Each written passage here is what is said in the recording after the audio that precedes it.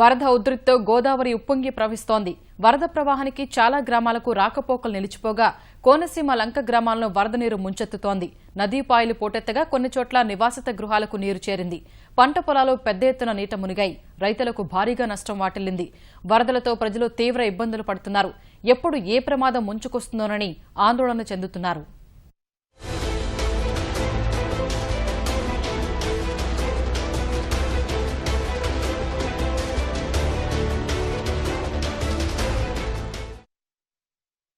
ఎగువ ప్రాంతాల నుంచి వస్తున్న వరద నీటితో గోదావరి ఉప్పొంగినందున కోనసీమలోని లంక గ్రామాల ప్రజలు ఇబ్బందులు పడుతున్నారు. పలు లంక గ్రామాలను వరద నీరు చుట్టుముట్టింది. వశిష్ట, గౌతమి, వైనతేయ, వృద్ధ గౌతమి గోదావరి నదీపాయలు పోటెత్తి ప్రవహిస్తున్నాయి. పలుచోట్ల కాజ్వేలు, రహదారులపైకి నీరు చేరి రాకపోకలు స్తంభించాయి. కొన్ని చోట్ల నాటు పడవలపై రాకపోకలు సాగిస్తున్నారు. కొన్ని కాజ్వేలు ముంపు బారిన పడి పడవలు అందుబాటులో లేక వరద బాధితులు నడుంలోతు వరద నీటిలో నుంచి బయటకు వస్తున్నారు.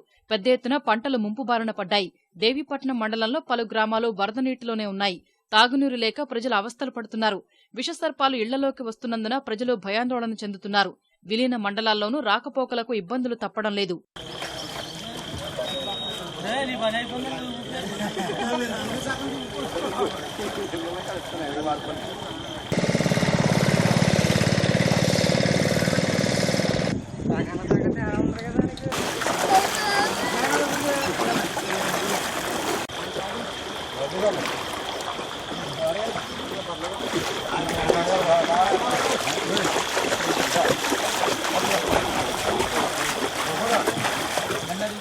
కోనసీమలోని ఐనవిల్లి, పి గన్నవరం, ముమ్మిడివరం, ఐపోలవరం, మామిడికుదురు, సఖినేటిపల్లి, రావులపాలెం మండలాల్లో వరద నీరు పంట చేలను ముంచేసింది.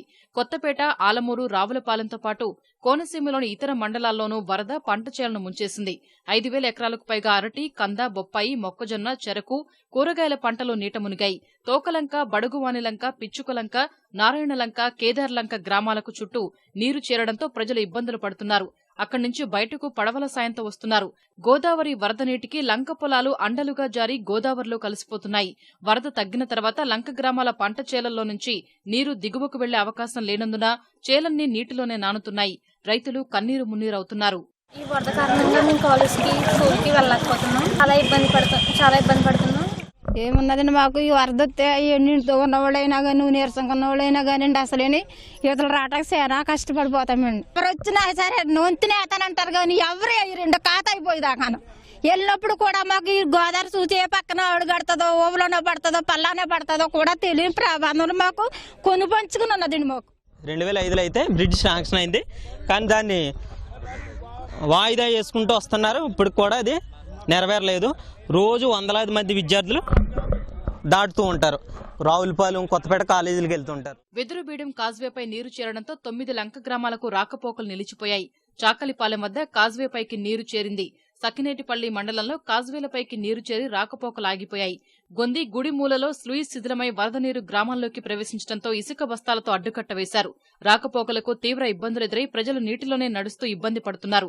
పాఠశాలలకు వెళ్లే విద్యార్థులు నానాయతన పడుతున్నారు. చేయనండి, ₹1,00,000 అయిందండి పెట్టుబడి. ఇప్పుడు ఏం కొయ్యలేదండి. 10 బత్తాలు కోసేంతండి, ములిపోందండి. కనకమరం వేసానండి, అందులో బొబ్బాయి తోట మీద ఉందండి. ఇది రాదండి, చచ్చిపోద్దండి. ఇప్పుడు బడువలంకండి మొత్తం 400 ఎకరం మునిగిపోయిందండి. 400 ఎకరంలో బొబ్బాసి అంటండి, కనకాంబరం అండి, వంగ తోటలండి, కందండి, ఇవన్నీ కూడా పంటలన్నీ మునిగిపోయినాయండి. మొత్తం ప్రతి ఒక్కరికి కూడా 20,000, 25,000 నష్టపోయిన వాళ్ళు రైతులే, కానీ ఏ రైతుకి కూడా లాభం ఉన్న రైతు ఎవడో లేడండి. ఎందుకంటే అమంతంగా 2 రోజులు వచ్చిందండి, లేకపోతే కాసిన కాయలైనా కోసుకుందరు. అలా కూడా లేకుండా నైట్ వచ్చేసింది, పొద్దున మునిగిపోయిందండి. అందుచేత మొత్తం తోటలన్నీ కూడా నాశనం అయిపోయినాయండి, మొత్తం పూర్తిగా మునిగిపోయినాయండి. మిరప తోట 2 ఎకరాలు వేసామండి. 2 ఎకరాలను ఏకంగా కాపు కాసి ముందే మునిగిపోయింది. ఏకంగా వంగ తోట కూడా కాయలు కోయకోకుండా మునిగిపోయిందండి. పశ్చిమ గోదావరి జిల్లా నరసాపురం వద్ద వశిష్ట గోదావరి ఉగ్రరూపం దాల్చింది.